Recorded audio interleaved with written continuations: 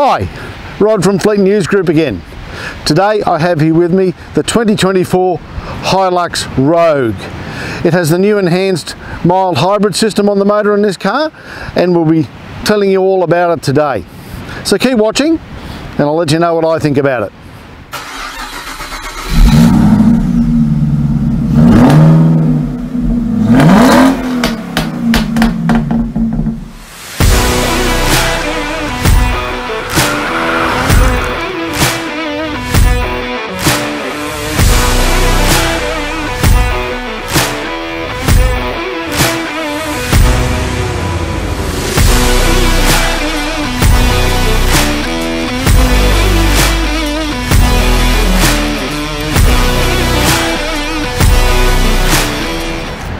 And remember, if you like these videos, don't forget to hit that like button down there, as well as the subscribe button and the notification bell. That way you can be kept up to date with everything we're doing here at the Fleet News Group. Go on, smash away at that like button. Give it a good hard slam. You know you want to. In today's video, examining the new Hilux Rogue mild hybrid. We'll be having a look at the styling of the vehicle, what it's like to drive, how does the mild hybrid system work, and how does it enhance the fuel economy and the performance of the vehicle. I'll be telling you what I think about all the features inside, and we'll also discuss all the key numbers when it comes to four-wheel driving and towing, such as the off-road angles, gross vehicle mass, towing capability, GCM, and all that business for you. So keep watching and we'll tell you all about it.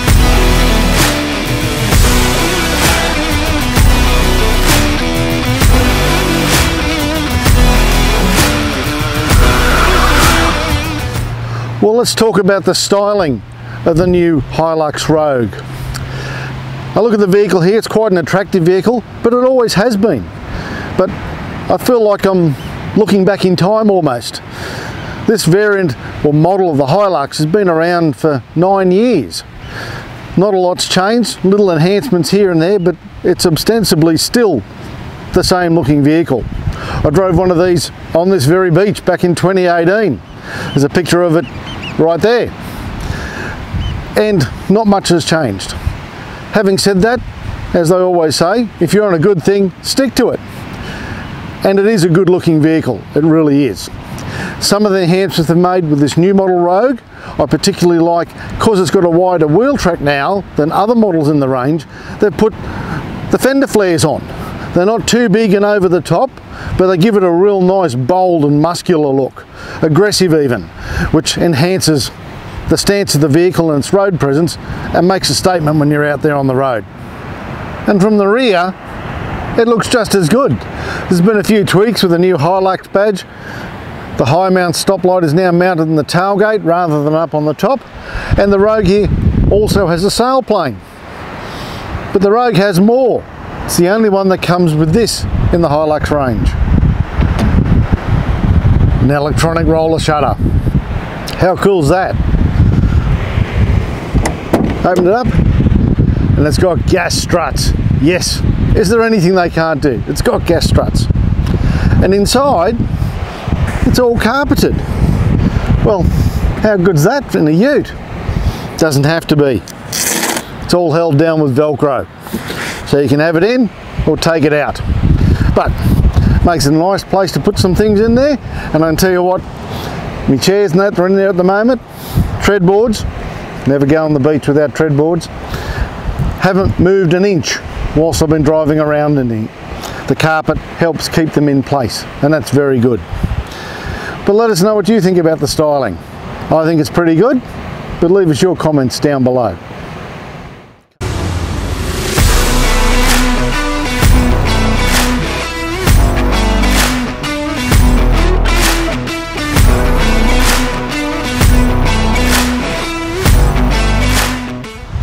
Under the bonnet here, it all looks very familiar.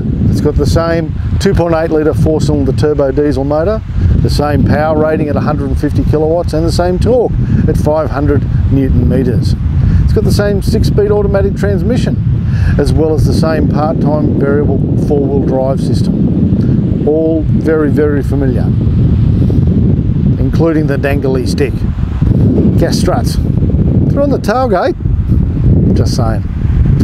But what is different is this is a mild hybrid. Toyota has put in the battery system, 48 volt, it runs off the engine belts, charge it, puts power into the battery, and it uses that power to assist to smooth out the acceleration of the vehicle. And when it's decelerating, takes the charge and puts it back into the battery, and it also helps with the auto start-stop system to make it smoother. It's a pretty rough and rugged motor, this one. It's a bit agricultural sounding at times, and the aim of this system is to actually smooth it out and make it a more pleasant driving experience, which I found it generally does. It's not too bad on the stop-start. Some motors I've driven in recent times, it feels like the bonnet is going to explode as the motor leaps through for it to come to life, but this one seems to be a lot better. But why has Toyota done this? It comes down to fuel economy. With the assistance of the mild hybrid on the diesel motor, they're claiming some good fuel economy figures. And let me run through it for you. Forgive my notes, but as always, there's a lot of numbers. On the Hilux Rogue here, they claim the combined figure, litres per 100 k's, on this particular car is 7.8 litres per 100 k's. Compare that to its sister model, the Workmate, which does not have the 48 volt mild hybrid. The Workmate, 8.6 litres per 100 k's. And then the other sister variant, which actually also has the 48 volt mild hybrid, the SR, it's claimed it's 7.6 litres per 100 k's. 8.6 versus 7.6 versus 7.8. Yeah, you can see by having the hybrid system there, the battery helping with assistance, the stop-start system, it is improving the economy from what Toyota says. But what's it like in the real world?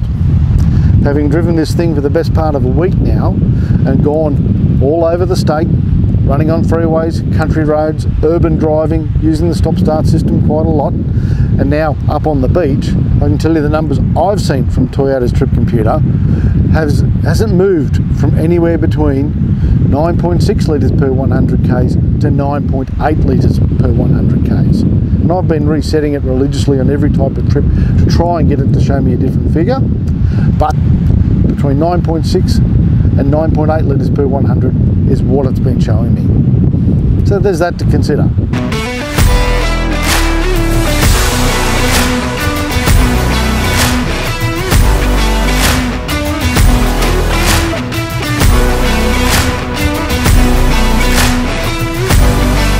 Well, here I am sitting in the driver's seat now of the Hilux Rogue.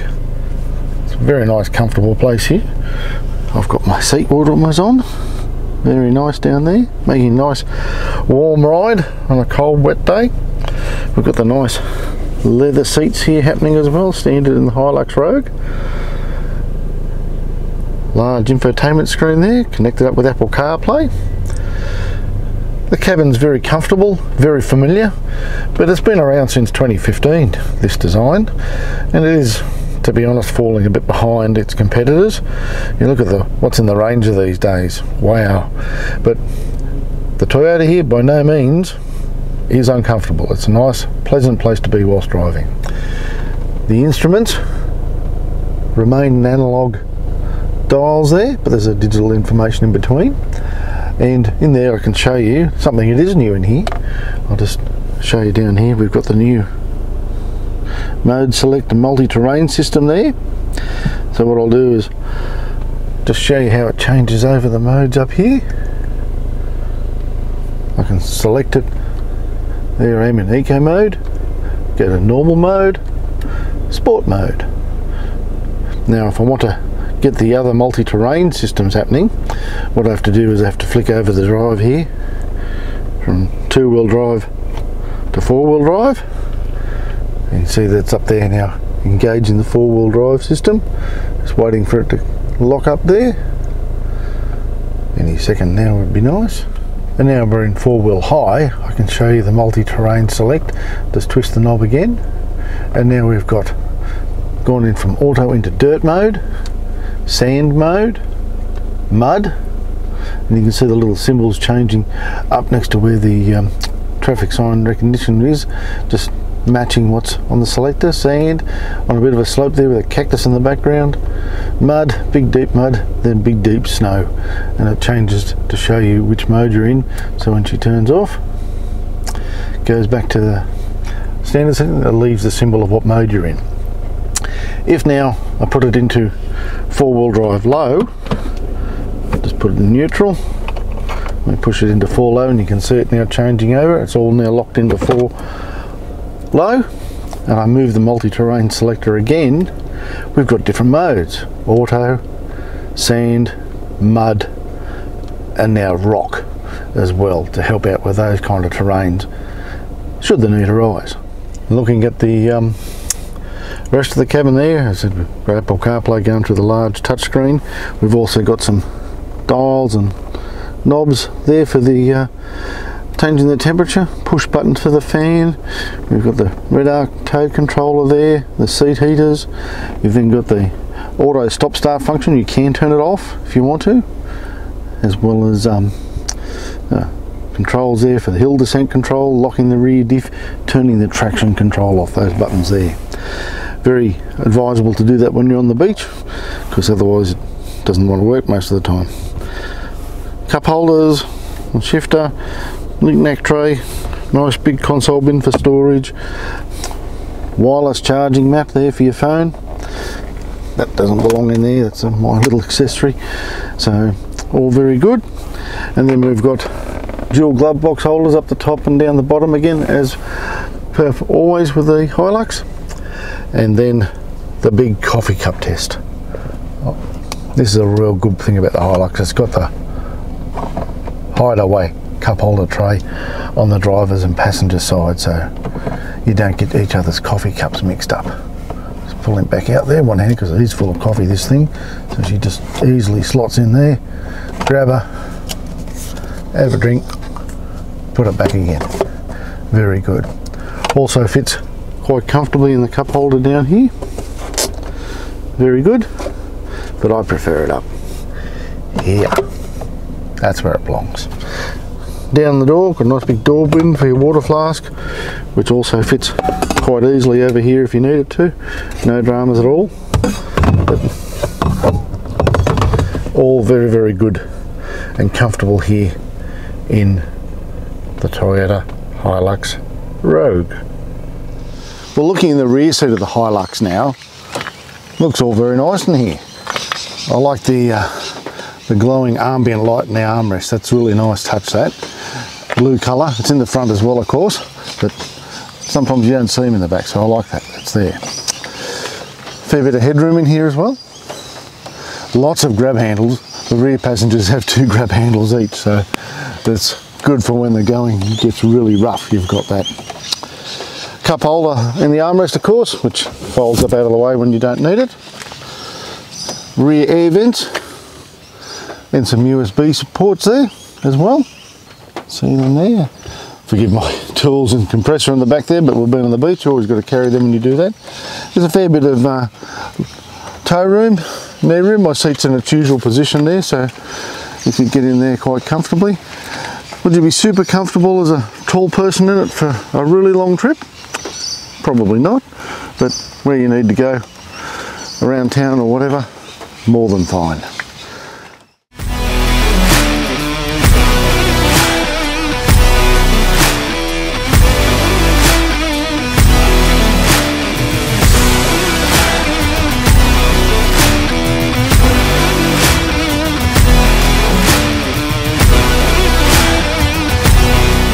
Well, what's it like driving Hilux? One could say at the moment it's very quiet. I've pulled up at the lights, it's all stopped. The motor automatically stops when you push that brake pedal a little bit harder when you come to a stop at the traffic lights. Light goes green, foot off the brake, away we go. The diesel motor, as always, sounds a bit agricultural in the Toyotas, but that's fine, used to that. But with the new 48 volt mild hybrid system, the restart, I'm finding it's a lot smoother. There's some cars I've driven with the auto stop start systems, and when they restart, it feels like the motor is going to leap through the bonnet, and that's not good. So, but this one seems to be a lot better. The responsiveness when driving, they say it adds to the performance, it makes it smoother. Well, yeah, I think I do find that. I just put my foot down a little here, and she kicks down and takes away. There's no rough down change as I've felt before on the Toyotas. But this is quite smooth. But the biggest thing that Toyota says about the new 48 volt mild hybrid system with a battery in this Hilux is it helps with the fuel economy. And they claim some pretty astonishing figures, down in the 7s per 100 litres, 7 litres per 100k mark, sorry, for this particular model on the combined cycle. But the best I've seen, and it's just no matter what I've been doing, and I've been driving on the beach, up and down expressways, urban areas, stop-start traffic, rural roads, doing all that sort of stuff in the last week, and I can't get the fuel economy to change between anything other 9.6 to 9.8 litres per 100 k's. It just seems to sit in that range all the time. Responsiveness, come to the 90 zone here, so I just put my foot down.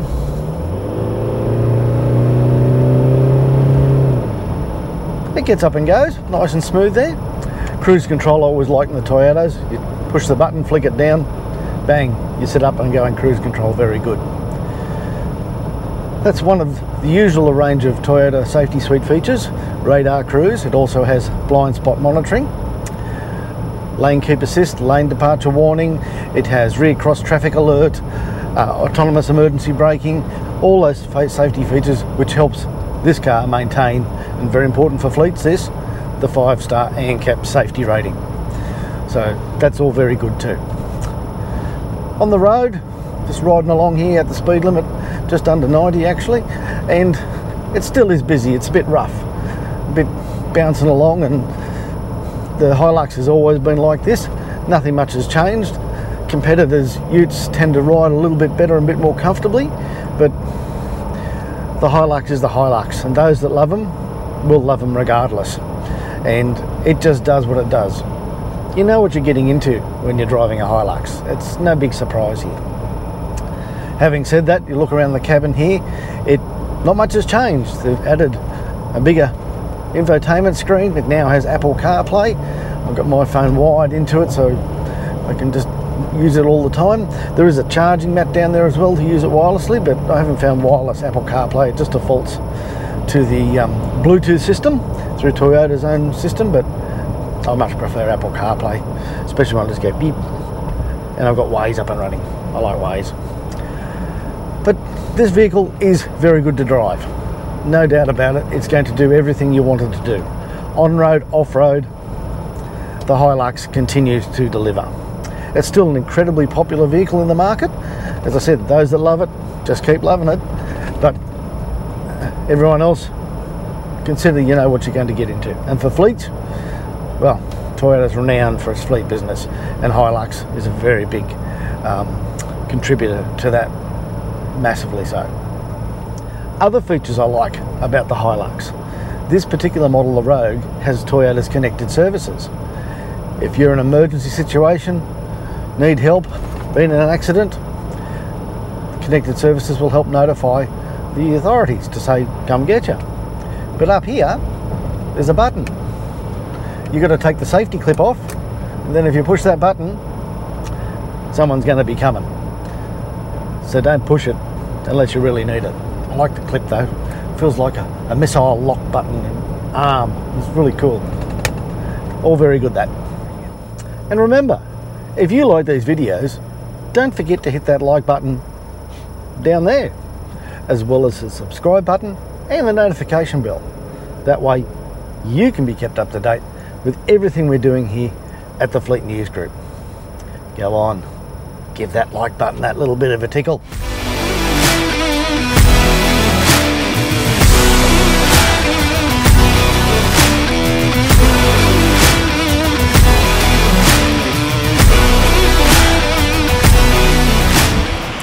Well, let's talk about towing, weights, capacities and off-road ability. What are the key numbers you need to know as an owner and as a fleet manager if you're having these vehicles on your fleet? So let's start off with some of the four-wheel drive key numbers. First up, I'm comparing three different Hiluxes to give you a bit of an idea of the spread between the three different models. The Rogue here, of course, the Workmate, which doesn't have the 48 volt mild hybrid, and the SR with the 48 volt mild hybrid. So you get a bit of a comparison and you can see the differences between them and what might be suitable for fleet and what would be more for a novated lease for you to own and drive yourself. As always, forgive the notes, but need them. First up, we're on the beach. Wading depth. How deep can we take it into the ocean? No, we're not going to do that. Let me rephrase that. How deep can the creek or the river crossing be for wading through it? Well, on all the Hilux models, the wading depth is 700 millimeters. That's a bit deeper. We're not going to try that. Next up, we have ground clearance.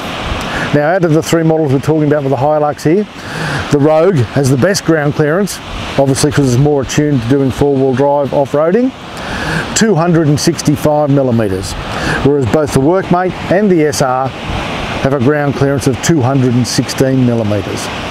Pretty good. Means you can do some pretty good tracks and be confident you're not going to bottom out, but the Rogue there is the winner. We then look at the key angles when you're off-roading, approach and departure angles. The approach angle, which is way down the front of the vehicle, is the angle when you're approaching an obstacle or going to go up a steep climb. How great is the angle going to be, can it be, before the bumper bar hits it, before the tyres do? And on the front of the Hilux Rogue here, that's 31 degrees. The departure angle, which I'm sitting right above at the moment, is at the back of the vehicle, and that's after you've gone over the hump and down and clearing onto the track the other side, that dip through there. What is the maximum angle you can go to without the rear bumper hitting the ground instead of the tyres? And that angle is 23 degrees. So there's some key numbers there to understand. It's a very capable stock four-wheel drive, very good off-road ability, but as always, there's limits to things. Let's move along now into towing. Towing. This vehicle, like all Hiluxes, has a brake towing capacity of 3,500 kilos. It is pretty much the industry standard now for 4x4 utes, 3,500 kilos. That means whatever you're towing behind cannot weigh more than 3,500 kilos. But you need to understand some very key, important and legally compliant numbers you need to adhere to on the vehicle to keep yourself legally compliant and safe and insurable. First up, we'll talk about the curb weights. The Rogue here has a curb weight of 2,286 kilos.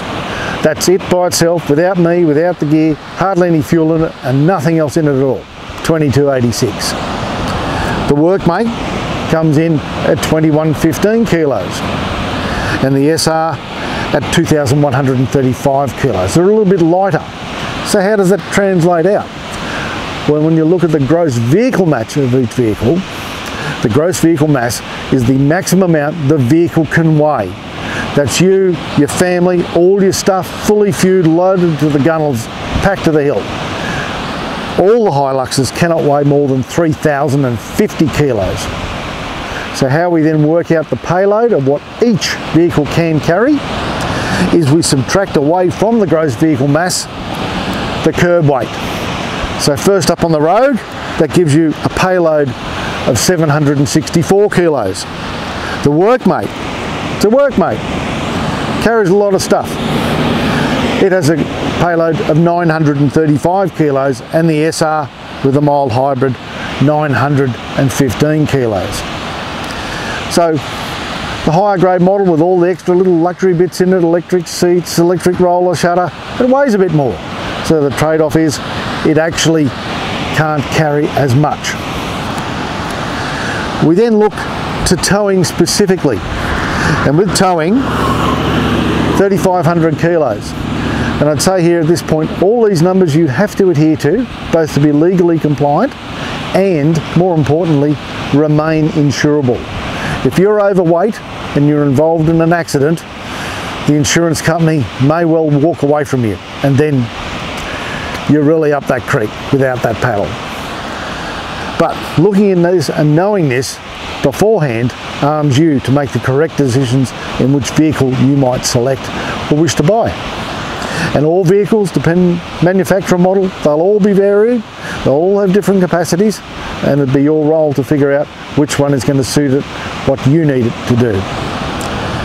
So we then look specifically at towing. All the Hiluxes here have what's called a gross combination mass.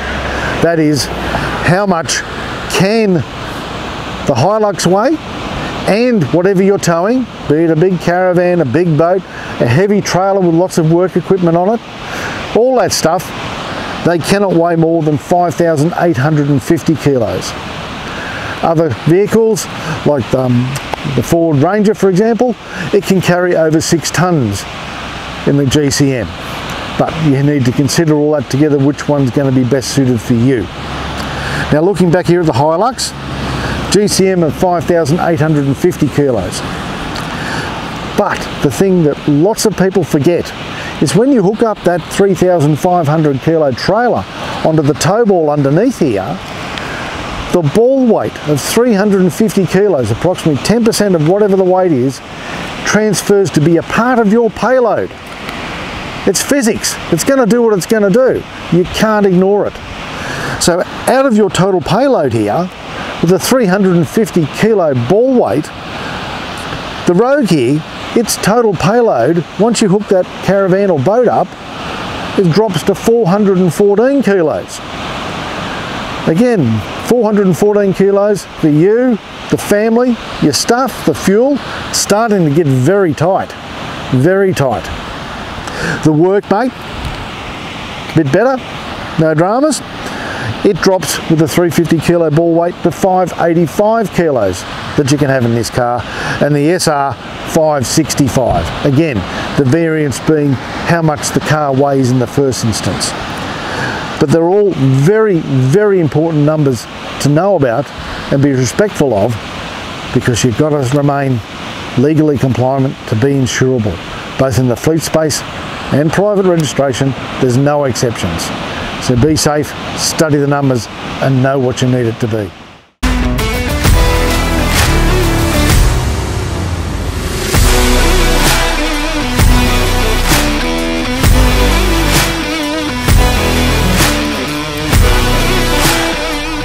Well, what's the ownership experience of the Hilux Rogue? 5 years unlimited kilometre warranty for a start. If you have it serviced at a Toyota dealer, they'll also extend the engine and drivetrain warranty to 7 years.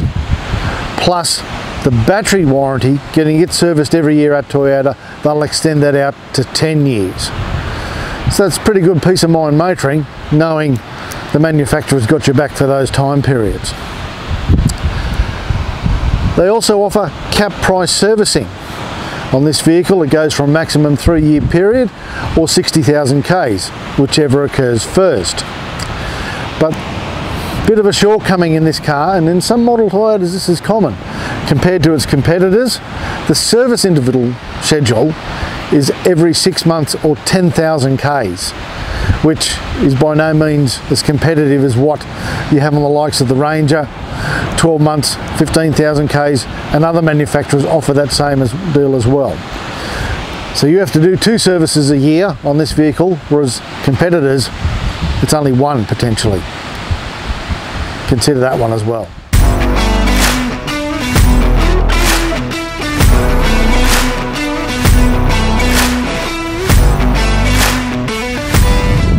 When you're looking at a 4x4 ute, like the Hilux Rogue here, what are its competitors? What are the vehicles that are there in the market that you may well want to consider as well? Well, first up, there'd be the Ford Ranger. That's a very good competitor to this car. Been duking it out, the two of them, for number 1 and number 2 in the sales position for the last few years. There's also a few new contenders. The Isuzu D-Max. It's up to towing capacity to 3,500 kilos, as has the Mitsubishi Triton as well, which has just been released in the last few months. All good vehicles, all have their strong points, all have things that others do better than them, but have a look at them as well, because they are genuine competitors to what Toyota is offering here. It's up to you. Which do you think comes out on top?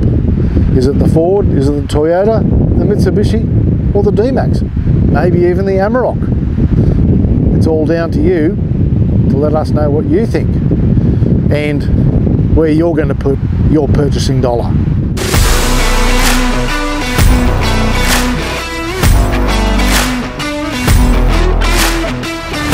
Well, as they say, tell them the price, son.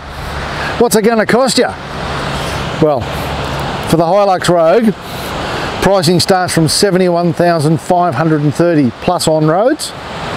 The Workmate, $50,235 plus on roads, and the SR with the mild hybrid, $60,580 plus on road costs.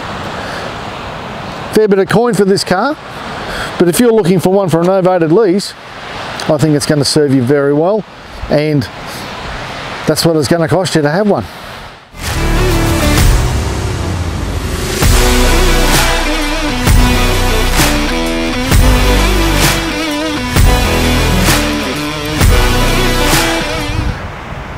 Are you a fleet manager looking for what vehicles are suitable for your fleet? Or perhaps you're looking for your next novated lease? Then the first place you need to look at is Fleet News Group's Car Leasing Guide. It's available to you for free right now at www.fleetnewsgroup.com.au. You can go to the website and download your free copy anytime you like. fleetnewsgroup.com.au. Free Car Leasing Guide.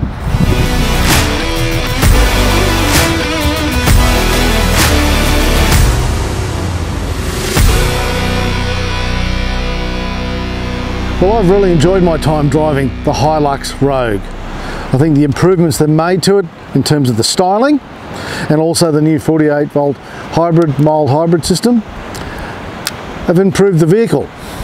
It still looks pretty much the same as it has for many years, but lots of people like that look, me included. The little enhancements, as I said, they've made to this model, I think it looks a lot better than it has in the past.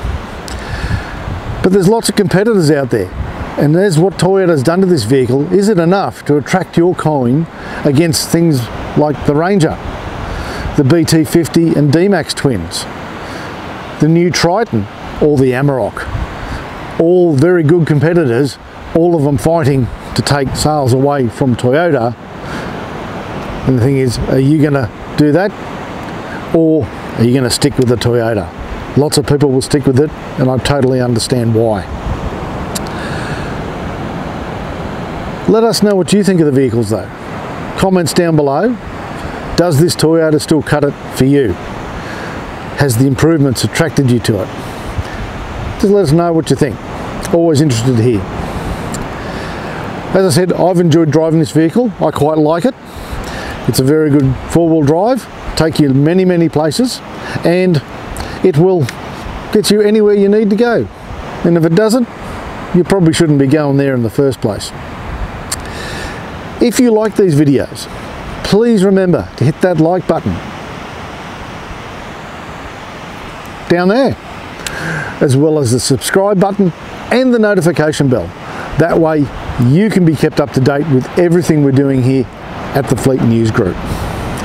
Thank you very much for watching the video today. I hope you've enjoyed it. If you have, like button, and I look forward to seeing you next time. I'm Rod from Fleet News Group, and you enjoy the rest of your day. Bye.